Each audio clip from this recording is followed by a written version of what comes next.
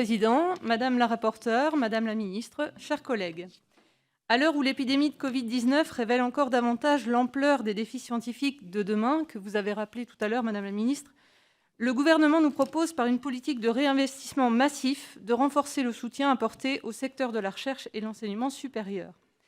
Ainsi, si les débats lors des auditions autour de cette LPPR ont été nourris, le constat établi via le rapport annexé fait consensus. Ce dernier témoigne en effet du manque d'attractivité des carrières scientifiques en France, en raison de la complexité du parcours de recrutement des post-doctorants, mais aussi de rémunération dont la moyenne est bien loin de celle pratiquée chez nos voisins européens.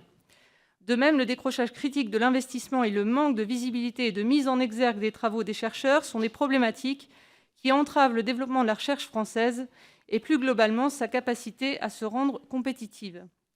Pourtant, les bouleversements récents liés à la crise sanitaire ont remis en lumière les enjeux fondamentaux sur lesquels se penchent, dans l'ombre des laboratoires et des universités, nos chercheurs, dont la qualité fait consensus. C'est donc pour l'essentiel sur les évolutions retenues que se concentrent les interrogations. La trajectoire budgétaire est globalement celle attendue, à la hausse, même si certains, on vient de l'entendre, souhaiteraient que la progression soit plus marquée dès les premières échéances, afin d'apporter une impulsion. Rappelons par ailleurs que le plan de relance comporte également un volet dédié à la recherche et à l'innovation et dont l'enveloppe se porte à 2,4 milliards d'euros sur la période 2021-2022, notamment via le volet PIA 4. L'effort est donc bien réel et se veut conforme à l'objectif de porter les dépenses intérieures de recherche et développement à 3% du PIB. Lors des auditions, un des points de débat portait sur la question de l'équilibre entre financement pérenne et financement ciblé issu des appels à projets. Les dispositions apportées par la LPPR doivent ainsi permettre aux projets a priori peu éligibles aux appels à projets, parce qu'un peu hors des effets de mode, et nécessitant parfois moins des financements que simplement du temps, c'est particulièrement vrai pour les sciences humaines et sociales, de pouvoir se développer, sans que les démarches administratives et la recherche de financement ne soient trop chronophages. Nul doute que le gouvernement portera une attention particulière à cette nécessité d'équilibrer les choses. Pour ce qui est des évolutions de type RH, contrat postdoctoral en vue d'une titularisation, CDI de mission, détachement ou mise à disposition compatible avec une nomination dans un autre corps, ou encore maintien en fonction au-delà de la limite d'âge pour achever des travaux engagés, l'objectif est clair.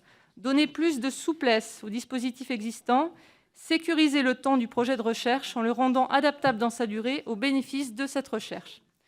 Toutefois, il faudra veiller à ce que la pluralité d'accès aux chaires de professeurs ainsi créées, avec une plus grande diversité de statuts dans les faits, aboutisse bien globalement à la sécurisation souhaitable et attendue des personnels. Les efforts budgétaires devront aussi concerner l'ensemble des personnels associés que sont les ingénieurs, les techniciens, les administratifs. Par ailleurs, la question du statut des professeurs agrégés de l'enseignement du second degré français, les PRAG, reste en suspens au sein de cette LPPR. On notera aussi la possibilité positive ouverte d'un séjour de recherche aux doctorants et chercheurs étrangers. C'est très bien en termes d'attractivité et peut s'avérer très pertinent pour certains travaux de recherche, de même qu'il est souhaitable de renforcer les partenariats privés-publics, comme le fait l'article 24 avec la création du comité territorial de la recherche en santé. Ainsi, le MODEM salue le projet de loi dans les objectifs qu'il se fixe. Il restera néanmoins vigilant au maintien d'un équilibre entre postes pérennes et contractuels, et en ce sens à ce que l'instauration du pré-recrutement conditionnel contribue à la sécurisation du statut des post-doctorants. Par ailleurs, la répartition du préciput étant laissée à la charge des établissements, le MODEM sera attentif à ce que l'attribution de l'abondement ne crée pas un contexte de concurrence entre les établissements et les unités de recherche. Je souhaite ainsi que ce débat soit l'occasion pour nous de réfléchir aux enjeux financiers et organisationnels, mais ce débat doit aussi nous rappeler l'importance que doit prendre l'éthique dans la recherche de demain.